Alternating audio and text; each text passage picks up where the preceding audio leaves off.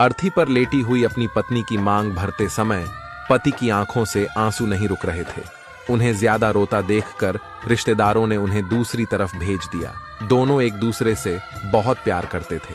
पति अपनी पत्नी के बिना एक पल भी नहीं रह पाता था। दोनों ने साथ जीने मरने की कस्में खाई थीं, लेकिन आज पत्नी पति को अकेला छोड़कर जा चुकी थी। अब सभी पत्नी का शव श्मशान घाट लेकर जा रहे थे और जाते जाते पति अपनी पत्नी के साथ बिताए पलों को याद करके खूब रो रहा था और ये सोचने लगा कि मेरी पत्नी मेरे कदम से कदम मिलाकर साथ चलती थी और आज वह मुझे अकेला छोड़कर कैसे चली गई। उसके बिना मैं अकेला कैसे रहूंगा। पति पत्नी से कहता है, बेटी की शादी कर दी और बेटा भी दूर अपनी पत्नी के साथ रहता है। अब बताओ मैं किसके साथ रहूंगा। तुम्हें तो पता है ना कि मैं तुम्हारे बिना एक पल भी नहीं रह पाता। तुम हमेशा कहती थी मैं सुहागन ही मरना चाहती हूँ और मेरे मरने के बाद मेरी मांग जरूर भरना। लो, मैंने तुम्हारी हर इच्छा पूरी कर दी।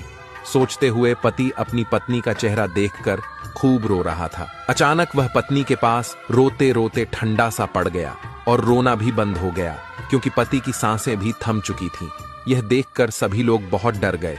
तभी उनका बेटा उनके पास जाता है और कहता है, उठो पापा उठो। लेकिन जब 5 से 7 बार कहने पर भी नहीं उठे तो उनके बेटे की चीख निकल गई और वह खूब रोने लगा। लेकिन पति तो अपनी पत्नी के